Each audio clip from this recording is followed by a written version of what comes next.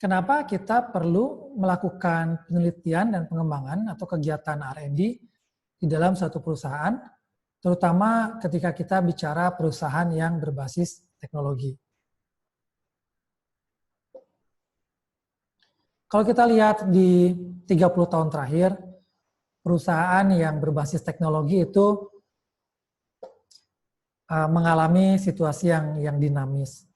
Banyak perusahaan-perusahaan yang ada di urutan 15 besar di tahun 80-an, kemudian dalam 30 tahun terakhir ini tidak lagi muncul sebagai perusahaan-perusahaan yang mendominasi perusahaan berbasis teknologi. Sementara banyak perusahaan-perusahaan teknologi yang hari ini mendominasi bisnis atau industri itu sebelumnya tidak terdengar. Bahkan belasan tahun yang lalu itu tidak terdengar, tidak ada di peta.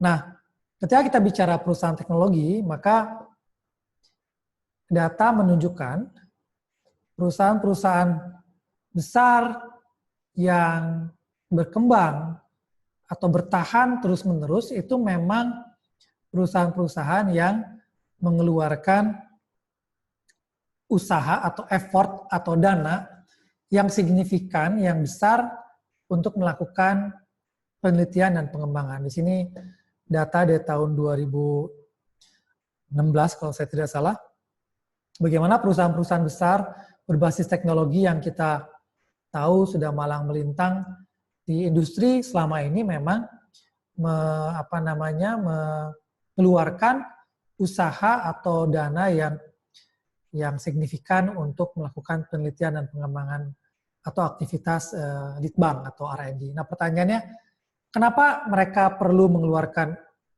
usaha atau dana yang begitu besar untuk melakukan R&D activity atau kegiatan litbang? Tidak lain karena kompetisi. Kita selalu, setiap mengeluarkan produk, selalu akan diikuti oleh kompetitor. Kompetitor selalu akan berusaha untuk mengikuti atau mengalahkan pemain-pemain yang sudah ada di industri di lapangan. Maka dari itu, ketika kita melakukan R&D, sesungguhnya kita berusaha selalu unggul dari pesaing-pesaing kita.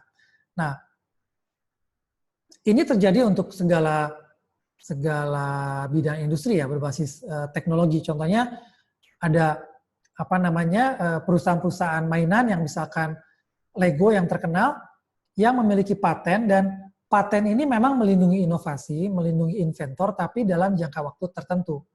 Jadi pada suatu saat paten-paten ini akan expire, akan tidak berlaku lagi, dan artinya siapa saja kemudian bisa mengikuti teknologi yang sudah dikembangkan sebelumnya dan dipatenkan. Nah, tentu saja ketika paten teknologi itu tidak berlaku karena sudah habis masa berlakunya, akan banyak kompetitor-kompetitor yang berusaha untuk mengikuti langkah inventor pertama. Makanya inventor pertama biasanya akan terus melakukan inovasi, akan terus melakukan perbaikan, sehingga mereka bisa unggul. Jadi contohnya di sini perusahaan yang terkenal, perusahaan mainan Lego, ketika mereka patennya kemudian tidak berlaku, mereka terus melakukan inovasi dengan melakukan memberikan investasi yang cukup di penelitian dan pengembangan, sehingga mereka selalu bisa melakukan perbaruan-perbaruan dan unggul dari kompetitornya. Dan secara teori ini memang sudah dikenali oleh banyak peneliti atau praktisi bahwa teknologi itu ada masa startup-nya, ada masa perkembangannya, ada masa ketika dia mature, dan ada masa ketika dia kemudian retired, stagnan, dan tidak berkembang lagi. Dan ketika perusahaan ingin bangkit, maka diperlukan membangun suatu kurva S baru yang akan menjadi menyediakan daya saing perusahaan itu ke depannya. Dan ini yang dilakukan oleh perusahaan untuk survive, untuk selalu bertahan menghadapi perkembangan industri dan kompetitor. Dan tentu saja pengembangan ini bisa dilakukan secara internal di dalam perusahaan. Nah, sebagaimana banyak dicontohkan beberapa perusahaan yang melakukan pengembangan demi pengembangan, misalnya Apple yang mengembangkan satu produk, kemudian ketika stagnan mengembangkan produk baru, sehingga mereka bisa selalu survive di dalam mendominasi industri. Dan ini tidak hanya berlaku untuk perusahaan besar, korporat besar, tapi bahkan sebetulnya di perusahaan-perusahaan startup ini pun berlaku. Hanya biasanya startup yang berbasis teknologi, maka R&D dilakukan langsung oleh inventornya, dan disitulah sebetulnya mereka itu mengembangkan R&D ketika mereka mulai mengembangkan solusi yang akan dikembangkan di startupnya mereka. Memang semakin berkembang perusahaan akan semakin fleksibel siapa yang mengerjakan research. Jadi kalau di startup awal R&D itu dikerjakan oleh inventornya, oleh technopreneur.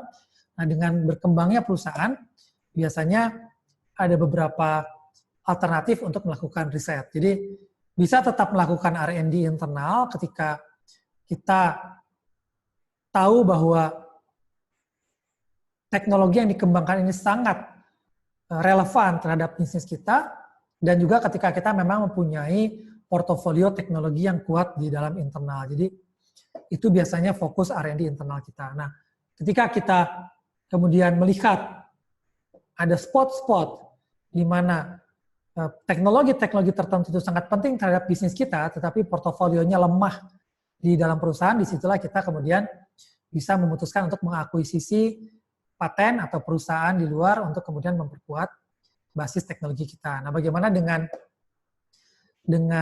temuan-temuan atau hasil-hasil R&D yang saat ini tidak terlalu relevan terhadap bisnis, maka ada dua kemungkinan. Ketika itu sangat berada dalam portofolio yang kuat yang dimiliki perusahaan, maka kita bisa membuat ekspansi dengan mengeksploitasi temuan-temuan R&D dari perusahaan ini.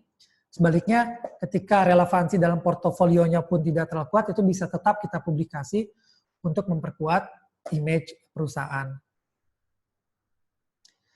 Dan ketika kita membuat kurva-kurva S baru ini, ketika kita membuat temuan-temuan baru dari R&D ini, sesungguhnya kita memang membuat industri itu lebih atraktif terhadap temuan-temuan kita.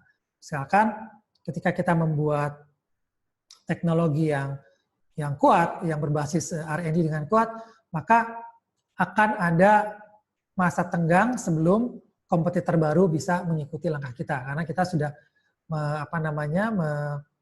menginvestasikan effort, waktu, dan biaya yang besar sebelumnya, yang sulit dikejar oleh kompetitor tanpa mereka mengeluarkan effort yang lebih besar. Kemudian yang kedua juga kita bisa membuat produk ini tidak mudah disubstitusi, dan juga yang ketiga kita bisa membuat produk ini sangat dibutuhkan oleh pembeli, dan produk ini memiliki banyak peluang supplier. Dan tentu saja juga kita bisa memposisikan produk baru berbasis teknologi itu sehingga tidak terlalu berada dalam kompetisi yang ketat di existing market, karena kita datang dengan produk yang baru. Ini mungkin ringkasan saja kenapa perlunya R&D dilakukan di perusahaan, termasuk startup. Terima kasih untuk perhatiannya.